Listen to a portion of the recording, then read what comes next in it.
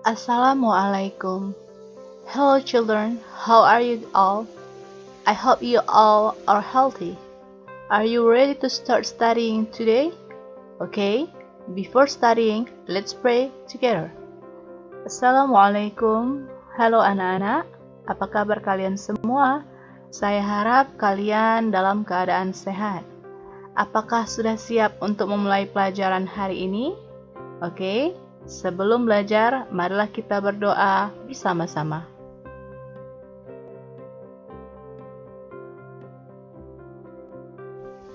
Provide stationery, books, and others. Write it down neatly and beautifully. Then don't forget to read it over and over again until you understand. I hope you will be smart children. Baik, siapkan peralatan alat tulisnya, buku, dan yang lainnya. Tulislah dengan tulisan yang rapi dan indah. Kemudian jangan lupa bacalah berulang-ulang kali sampai kamu paham. Saya harap kamu akan menjadi anak-anak yang pintar. Science lesson. How the respiratory organ work. Pelajaran IPA. Cara kerja organ pernapasan. Dalam sistem pernapasan ada dua istilah, yaitu inspirasi dan ekspirasi. Oke, Umi jelaskan apa yang dimaksud dengan inspirasi. Inspirasi adalah menghirup udara ataupun oksigen yang dilambangkan dengan O2 dari luar masuk ke dalam tubuh. Jadi proses kita menghirup udara, itulah yang namanya inspirasi. Dan ada yang namanya ekspirasi. Apakah itu? Ekspirasi adalah mengeluarkan udara atau karbon dioksida atau dilambangkan dengan CO2 dari dalam tubuh menuju keluar tubuh. Nah, ini berarti penghembusan, pengeluaran, namanya ekspirasi. Ingat, Umi ulang lagi, inspirasi menghirup, sedangkan ekspirasi pembuangan. Apa yang dihirup? Yang dihirup adalah O2. Dan apa yang dibuang? Yang dibuang adalah CO2. Oke, paham ya? Proses pernapasan pada ikan juga terjadi inspirasi dan ekspirasi ya. Nah, tahapannya dengarkan. Tahap inspirasi yaitu di mana air masuk melalui mulut ikan, kemudian tutup insang menutup sehingga air mengalir ke dalam insang. Ya. Nah, pada saat tahap ekspirasi, ketika mulut ikan menutup dan tutup insang membuka, jadi air mengalir keluar melalui lembaran insang. Seperti itulah proses pernapasan pada ikan ya. Jadi di dalam air itu, dia itu bernapas. Kenapa ikan tidak gembung perutnya? Ya karena itu ya, ketika dia menghirup udara, airnya masuk kan ke dalam dari mulut, kemudian insangnya itu menutup. Jadi dia tidak mengalir ke dalam tubuhnya. Dan ketika dia pembuangan, menghembuskan nafasnya, maka mulutnya yang tertutup, lalu insangnya yang terbuka. Maka udaranya keluar dari lembar-lembar insang. Selanjutnya, proses pernapasan pada burung. Nah, saat burung terbang, udara dalam tubuh itu masuk diolah, yaitu dengan cara mengepak-ngepakkan sayap dan sesekali tampak dia merentangkan sayap. Saat ini burung bernapas dengan kantong udara. Jadi saat di udara dia bernapas dengan kantong udara. Sedangkan saat burung tidak terbang, burung memanfaatkan udara dalam paru-paru untuk bernapas.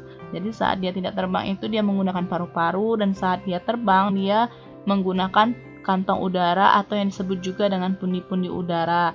Yaitu caranya dia mengepak-ngepakkan sayapnya dan merentangkan sayapnya. Saat itulah dia bernapas. Selanjutnya, cara kerja organ pernapasan manusia. Nah, saat inspirasi, diafragma dan otot di antara tulang rusuk akan berkontraksi dan meluaskan rongga dada sehingga paru-paru bisa mengembang dan terisi udara.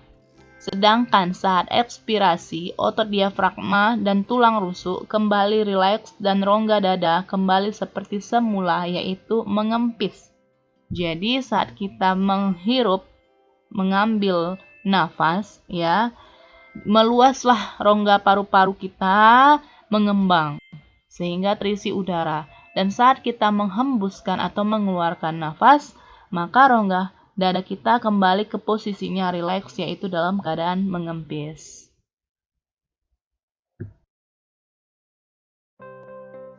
Nah, alur udara masuk ke organ pernapasan manusia ada melalui beberapa tahap, ya, yang dimana organ-organ pernapasan ini dilaluinya. Dengarkan, pahami, dan simak. Yang pertama, udara itu masuk melalui hidung ataupun mulut. Nah, di dalamnya ini disaring oleh rambut-rambut hidung. Makanya udara yang kotor ataupun udara yang bersih itu disaring dulu, nggak langsung masuk tuh ke organ pernapasan selanjutnya, ya. Kemudian yang kedua itu trakea atau batang tenggorokan. Nah, masuklah ke dalam batang tenggorokan. Selanjutnya dari situ udara masuk ke paru-paru. Dan di dalam paru-paru itu ada beberapa cabang, ada 3 cabang. Yang pertama ada namanya bronkus, lalu dari bronkus masuk ke bronchiolus, dan dari bronchiolus masuk ke alveolus. Oke? Baik, Umi jelaskan apa yang dimaksud dengan istilah-istilah tadi, pencabangan yang ada di dalam paru-paru. Ya, ada istilah yang namanya bronkus. Apa itu bronkus? Bronkus adalah batang tenggorokan yang bercabang 2 menuju paru-paru kanan dan kiri cabangnya. Sedangkan bronchiolus itu cabang dari tiap-tiap bronkus. Bronkus tadi punya cabang lagi. Nah, cabangnya itu namanya bronchiolus. Sedangkan alveolus adalah ujung dari bronchiolus yang fungsinya sebagai tempat pertukaran oksigen dan karbon dioksida. Jadi tempat terakhir di mana kita bernafas melalui proses pengeluaran CO2 dan pengambilan O2 itu ujungnya itu tempatnya ada di alveolus. Oke ya, paham Naomi? Nah, untuk lebih jelasnya, ayo perhatikan gambar berikut. Lihat, ini adalah proses pernapasan pada manusia. Nah, dari rongga hidung, udara itu masuk, lalu menuju trakea. Apa itu tadi trakea? Iya, batang tenggorokan. Lalu masuk ke bronkus, tuh cabang dari si paru-paru yang pertama tuh si bronkus, ya, yang menghubungkan antara paru-paru kanan dan kiri. Lalu masuk ke bronchiolus. Bronchiolus tuh ujungnya tadi tuh, nampak ya dari gambar. Dan terakhir dia ke alveolus, prosesnya tempat ujung dari pertukaran O2 dan CO2. Nah, diafragma itu tuh diafragma di bawah paru-paru. Nah, itulah namanya diafragma. Oke ya, paham Naomi? Next, Indonesian lesson specifies important information in the text. Selanjutnya, pelajaran bahasa Indonesia. Judulnya, menentukan informasi penting dalam teks. Anak-anak Umi jangan lupa ya buat judul itu di tengah, dan jangan lupa juga buat tanggal di atasnya. Oke? Hal yang harus dilakukan untuk mengetahui informasi penting dalam teks yaitu 1. Membaca teks dan dipahami. 2. Timbulkan pertanyaan dengan diawali kata tanya, yaitu adik Simba. Masih ingat nih ya, apa, di mana, kapan, siapa, mengapa, dan bagaimana. 3. Mengelompokkan informasi penting untuk mengetahui urutan peristiwa di dalamnya.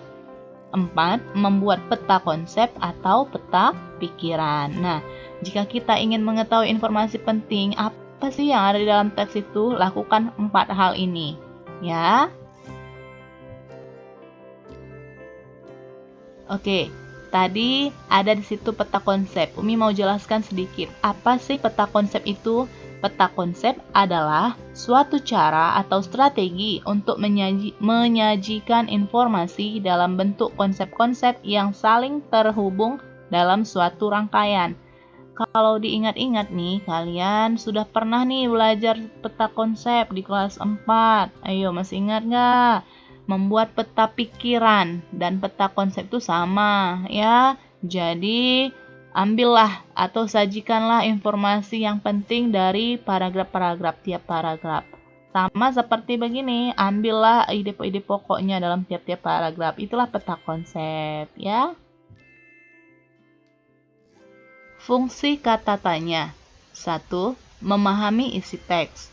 2. Menentukan atau mengidentifikasi informasi penting dalam teks, yaitu dengan menjawab pertanyaan atau membuat pertanyaan. 3. Menentukan jawaban dari suatu pertanyaan yang diajukan. Dan yang terakhir, yang keempat, memberi dan menambah pengetahuan.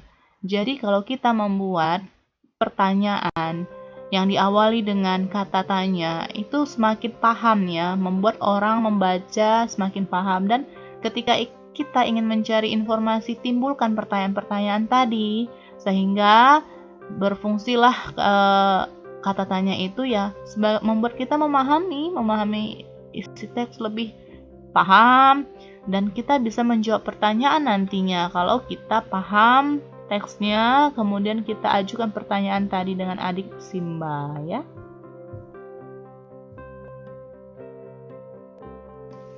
Nah, this is our lesson for today. After writing, read, and over again, I hope someday you will be a smart kids. Bye-bye. Pelajaran kita cukup sampai di sini. Setelah ditulis, bacalah berulang-ulang kali. Saya harap nantinya kalian akan menjadi anak-anak yang pintar. Bye. Assalamualaikum warahmatullahi wabarakatuh.